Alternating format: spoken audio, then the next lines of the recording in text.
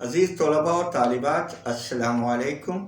CD science आपके तालिबी इर्तिका के लिए हमा वक्त कोशा है और तरह तरह की काविशों को बर्रुए कार लाता है।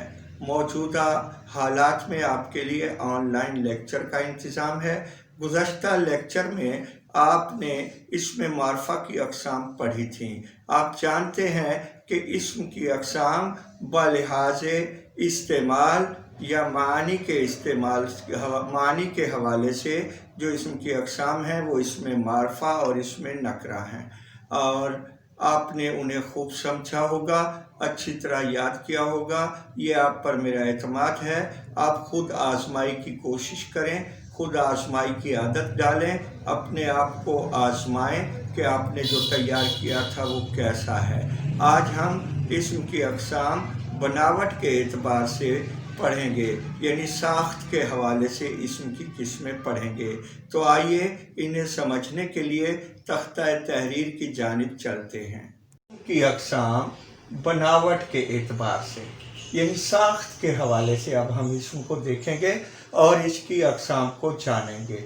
इसम की पहली किस्म इस हवाले से इसमें जामिद है, दूसरी इसमें मस्दर और तीसरी इसमें मुश्तक है। इसमें जामिद ऐसा इसम जो ना तो खुद किसी से बने और ना ही इससे कोई इसम बने। मिसाल के तौर पर ईंट, दरख्त, चट्टान वगैरह, ये ऐसे अस्मा हैं जिनसे कोई इसम न बनता है और ना ये किसी लफ्ज़ से बने हैं। बराह रास्त इनका ज़माना कदीम में ज़ुबान की इब्तदा में यही नाम रखा गया। कुछ बच्चे सोचते हैं कि ईंट से ईंटें तो बनता है। अरे भाई, ये बना नहीं लफ्ज़, बल्कि हमने एक को एक से ज़्यादा में बदला है, वाहिद को जमा किया है, या किसी चीज़ के जिसामत के एतबार से काम बड़े का हवाला भी इसे मुतासर नहीं करता। बस यूँ समझ लीजिए कि ये ऐसा इसम है जिससे वाहिद जमा तो बन सकते हैं, तस्गीर व तकबीर तो हो सकती है, लेकिन और कवायद के हवाले से इससे कोई नया लफ्ज़ वजूद में नहीं आ सकता। इसमें जामिद कहलाता है। इसे ज़रा गौर से समझिएगा और बार बार तवज्जो कीजिएगा, क्योंकि बाज़ औक़ात बच्चे नकरा और जामिद में फ़र्क नहीं समझ सकते। नकरा आएगा तो अपनी पांचों अक़साम में से किसी किस्म में होगा। अगर उन पांचों अक़साम में नहीं है तो गौर कीजिए कि वो लफ्ज़ ना तो किसी से बन रहा होगा और ना उससे कोई लफ्ज़ बनेगा। ये इसमें जामिद बनावट के एतबार से इसम की पहली किस्म है। इसम की दूसरी किस्म इसमें मस्दर है बनावट के एतबार से, और ये बहुत अहम किस्म है क्योंकि ये आगे कवायद को बहुत कुछ मुहैया करती है। इसकी तारीफ यूँ है कि ऐसा इसम जो खुद तो किसी से ना बने, लेकिन इससे कई अस्माओ अफ़आल बनाए जा सकें। इस बनाए जा सके और बनने से ये मुराद है कि कवायद के मुताबिक कुछ उसूल लगाकर ग्रामर के हम उससे कुछ ना बना सकें। मिसाल के तौर पे आना, जाना, उठना, बैठना वगैरह। इतनी बात से इसकी तारीफ मुकम्मल नहीं हो जाती, अगरचे तारीफ बयान हो चुकी। इसकी पहचान बहुत ज़रूरी है। इसकी पहचान की तरफ आइए। पहचान के लिए मस्तर में 6 बातों का होना ज़रूरी है। पहली बात है कि मस्तर किसी से बनता नहीं। दूसरी बात है कि मस्तर से अस्माओ अफ़आल बनते हैं। तीसरी पहचान ये है कि मस्तर में काम का करना होना पाया जाता है। चौथी बात है मस्तर में ज़माना नहीं पाया जाता। मैं यहाँ अपनी बात को ज़रा रोकूंगा। आपको जब मैं फ़ेल की तारीफ पढ़ा रहा था तो मैंने बताया था कि फ़ेल में काम का करना होना के साथ साथ ज़माने का पाया जाना लाजमी अम्र है, नहीं तो वो फ़ेल नहीं कुछ और होगा। अब उसी की متضاد کیفیت یہاں پیدا ہو رہی ہے کہ کام کا کرنا ہونا تو پایا جا رہا ہے مگر زمانہ نہیں پایا جا رہا۔ پانچویں پہچان یہ ہے کہ آخر میں نون الف نہ آتا ہے۔ مصدر اردو کا جو بھی ہوگا اس میں آخر میں نون الف نہ آئے گا۔ اور چھٹی اور آخری بات، اہم ترین بات یہ ہے کہ اگر مصدر کی نا ہٹا دی جائے تو فعل امر وجود میں آ جاتا ہے۔ اب آپ سوچیں گے کہ فعل امر کیا ہے، تو یہ بہت سی آسان بات ہے۔ امر کا مطلب حکم ہے۔ فعل امر حکم دینے کا کام، یعنی کسی کام کرنے کا حکم دیا جاتا ہے اس میں۔ جیسے آنا سے آ، جانا سے جا، اٹھنا سے اٹھ۔ اب اسے ہم اکیلا بولتے ہیں اٹھ، تو اب دیکھیں کہ اس میں حکم پایا جا رہا ہے۔ تو جب حکم پایا جاتا ہے تو یہ فعل امر ہے۔ اور مصدر کی آخری پہچان یہی ہے کہ اس کی نا ہٹانے سے فعل امر وجود میں آتا ہے۔ آئیے اب ہم ذرا خود آزمائی کی طرف آتے ہیں، اپنے ذہن کی آزمائش کرتے ہیں۔ ہمارے پاس ایک لفظ ہے گنا۔ گنا دیکھیے، اس کی ساخت بالکل مصدر والی ہے، آخر میں نون الف نا موجود ہے۔ کیا یہ مصدر ہے؟ تو ہم اس پہ غور کرتے ہیں تو ہم سوچتے ہیں کہ نون الف نا ہٹانے کے بعد فعل امر بنے گا، لیکن نہ تو اس میں کام کا کرنا ہونا پایا جا رہا ہے، نہ ہی فعل امر وجود میں آ رہا ہے۔ اکیلا گاف سامنے آئے گا جو کوئی فعل نہیں۔ اسی طرح نانا دیکھیے، نانا کے آخر میں بھی نون الف نا ہے۔ محسوس ہوتا ہے کہ مصدر ہے، لیکن اس میں کام کا کرنا ہونا نہیں پایا جا رہا، اگرچہ یہ کسی سے بنا نہیں، اگرچہ اس میں زمانہ نہیں پایا جاتا، اگرچہ اس کے آخر میں نون الف نا موجود ہے، مگر یہ نا ہٹانے سے فعل امر وجود میں نہیں آیا۔ گویا نانا بھی مصدر نہیں۔ بچھونا، بچھونا بھی مصدر کی شکل میں ہے، آخر کی نا ہٹائی تو بچھو کوئی لفظ ہی نہیں ہے۔ البتہ اگر اسے بگاڑیں تو بچھو بنے گا، وہ بھی فعل نہیں ہے۔ اس طرح بچھانا، بچھانا اس میں فعل پایا جا رہا ہے اور اس میں کام کا کرنا ہونا پایا جا رہا ہے، زمانہ نہیں پایا جا رہا، اور اس کے آخر میں نون الف نا ہے، مگر جب ہم نے نا ہٹائی تو بچھا بچا، جو بچھانے کا فعل امر ہے، لہذا یہ مصدر ہے۔ اس طرح سونا ایک دھات کا نام ہے، اس میں کام کا کرنا ہونا ہے ہی نہیں، تو وہ مصدر نہیں ہے، مگر سونا نیند کرنا کے معنوں میں سو، اس سے بنا اگر ہم نے نا ہٹائی تو فعل امر آ گیا نیند کرنے کا، تو گویا یہ مصدر ہے۔ اس طرح کی ذہنی آزمائش سے آپ بہت جلد مصدر پر اچھی خاصی گرفت حاصل کر سکتے ہیں۔ اب ہم چلتے ہیں مصدر کی اقسام کی جانب۔ مصدر کو 4 قسموں میں تقسیم کیا جاتا ہے: مصدر مفرد، مصدر مرکب، مصدر لازم، مصدر متعدی۔ یہ تو ہیں مصدر کی قسمیں اس کے الفاظ کی تعداد کے حوالے سے، اور یہ اس سے بننے والے افعال کے حوالے سے 2 ہیں۔ تو مصدر مفرد آپ لفظ کی اقسام میں پڑھ چکی ہیں کہ کلمہ ایسا لفظ مفرد ہے جو کوئی معنی رکھتا ہے، تو ایسا مصدر جو اکیلے لفظ پر مشتمل ہوگا۔ مفرد لفظ کی تعریف کیا تھی؟ اکیلا بامعنی لفظ۔ تو مفرد لفظ، مفرد مصدر کے لیے لازم ہے کہ مصدر ہو اور اکیلے لفظ پر مشتمل ہو۔ تو اکیلے لفظ پر مشتمل مصدر کو ہم کیا کہتے ہیں؟ مصدر مفرد کہتے ہیں۔ جیسے آنا، جانا، کھانا، पीना वगैरह। अब आइए दूसरी किस्म मस्तर मुरक्कब की तरफ। मस्तर मुरक्कब ऐसे मस्तर को कहते हैं जो मुरक्कब किया गया हो। आपको मुरक्कब की तारीफ गुज़श्ता लेक्चर में याद होगी कि दो या दो से ज़्यादा अल्फाज का मजमुआ मुरक्कब कहलाता है। तो मस्तर मुरक्कब में हम क्या तब्दीली लाते हैं कि मुफरिद मस्तर के साथ कोई इस्म लगाकर नया मस्तर हासिल कर लिया जाता है। इसे मस्तर मुरक्कब कहते हैं। यानी ये मसादिर जो बनते हैं ज़ुबान की इब्तदा में मौजूद ना थे, बाद में इनकी ज़रूरत पड़ी और वजूद में आए।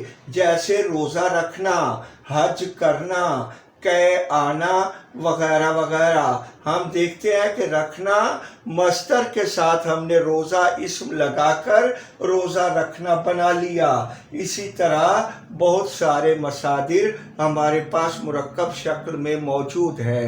तीसरी किस्म मस्तर लाजिम की है। ये ऐसा मस्तर होता है जिससे बनने वाला फेल लाजिम होता है, जैसे आना, जाना, हंसना, रोना वगैरह। और चौथी किस्म मस्तर मुताद्दी की है। मस्तर मुताद्दी ऐसा मस्तर होता है जिससे बनने वाला फेल मुताद्दी हो, जैसे लिखना, पढ़ना, देखना, पीना वगैरह।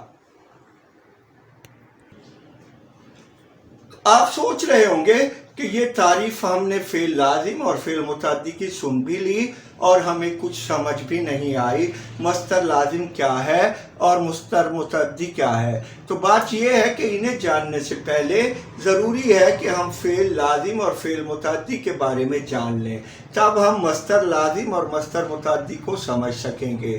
फेल लाजिम ऐसा फ़ाइल होता है जो मफ़ऊल को ना चाहे, सिर्फ फ़ाइल को चाहे।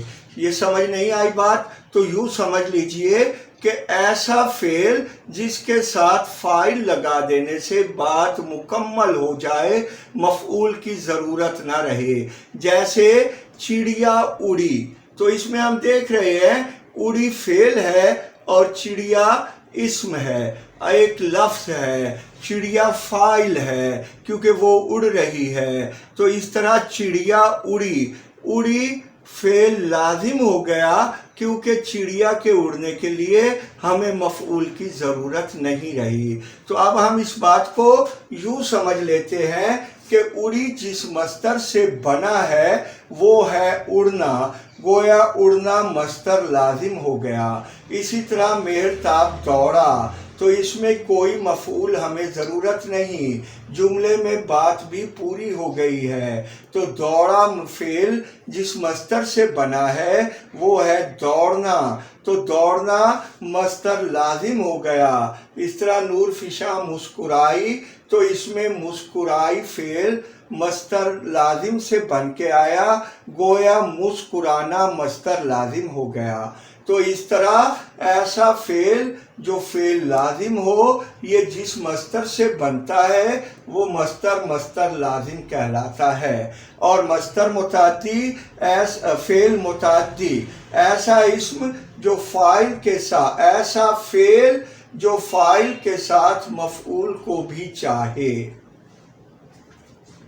ऐसा फेल जो फ़ाइल के साथ मफ़ऊल को भी चाहे फेल मुताद्दी कहलाता है।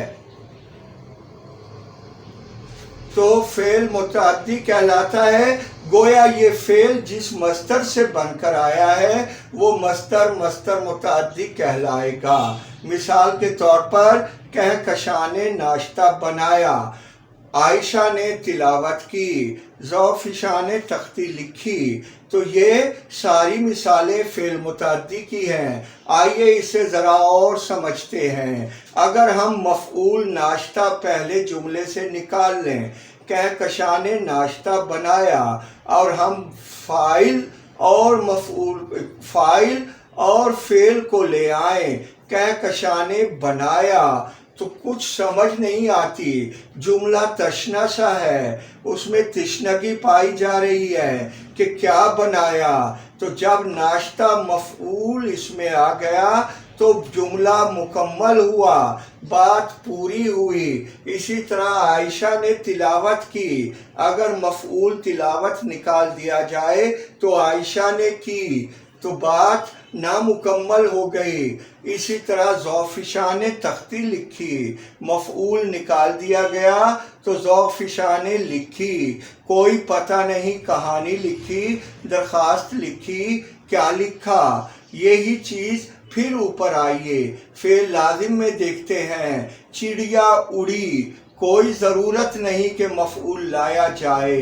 ज़ौफ़िशा ने लिखी, ज़रूरत है कि मफ़ऊल लाया जाए, लिहाजा लिखी, की, बनाया।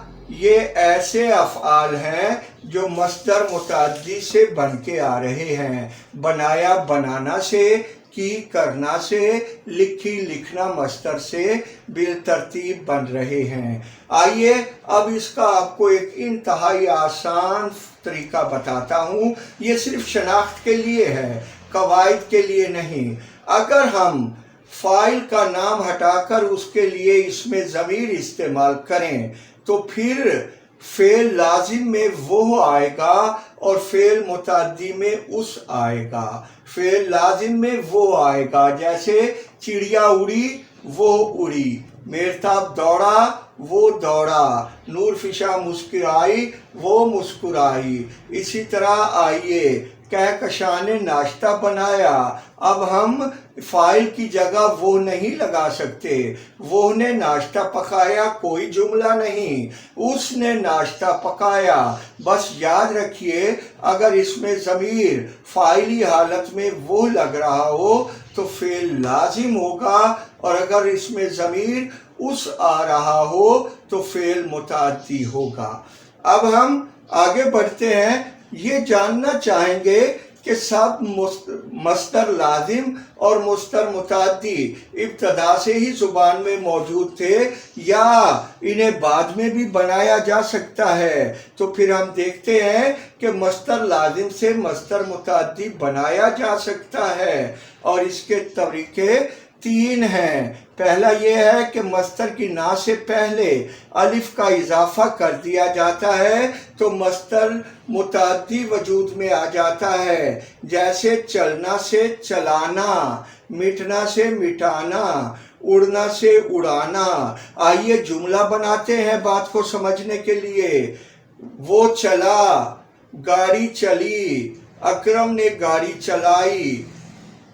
इसी तरह आगे आइए, दूसरे मिसरे में मस्दर लाजिम के दूसरे हर्फ के बाद अलिफ का इजाफा करने से मस्दर मुतअद्दी बन जाता है, जैसे निकलना से निकालना, उछलना से उछालना। अच्छा, कुछ बच्चों के जहन में आ रहा होगा कि मिटना से मिटाना में भी दो हरफों के बाद अलिफ है, दो हरफों के बाद अलिफ लगा, और निकलना से निकालना में भी दो हरफों के बाद अलिफ लगा। लेकिन ऐसी बात नहीं। हमने जो बात की थी वो ये थी कि पहली मिसाल में हमने ना से पहले अलिफ लगाया है, चाहे उससे पहले जितने हरूफ हों, और दूसरी में हमने दो हरूफ के बाद अलिफ लगाया है, चाहे उसके बाद ना की बजाय लना का इजाफा हो रहा हो।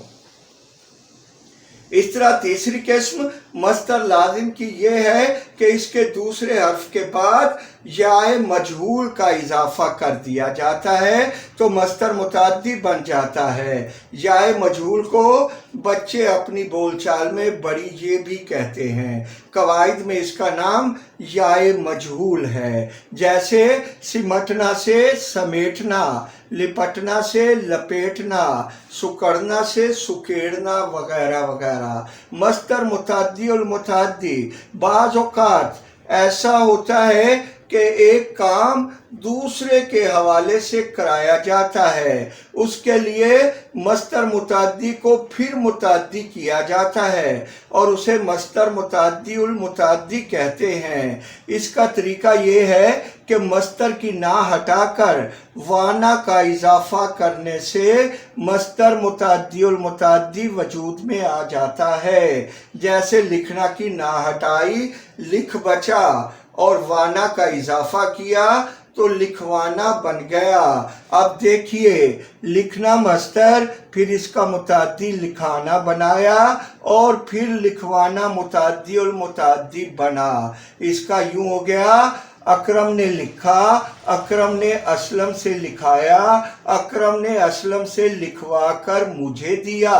تو 3 حوالوں میں آنے پر متعدی المتعدی کی ضرورت پڑتی ہے، اور متعدی المتعدی فعل اس وقت وجود میں آئے گا جب پہلے مصدر متعدی المتعدی موجود ہوگا۔ تو لیجئے، اس میں جامد اور اس میں مصدر کو اچھی طرح پڑھیے، کل آپ کو اس میں مشتق کے بارے میں بتایا جائے گا۔ میری دعا ہے کہ اللہ تعالیٰ اسے غور سے سمجھنے اور اس پر دسترس حاصل کرنے کی توفیق عطا فرمائے، تاکہ آپ قواعد اچھی طرح سمجھ سکیں اور کامیابی آپ کے قدم چومنے کے لیے تیار ہو۔ اللہ حافظ۔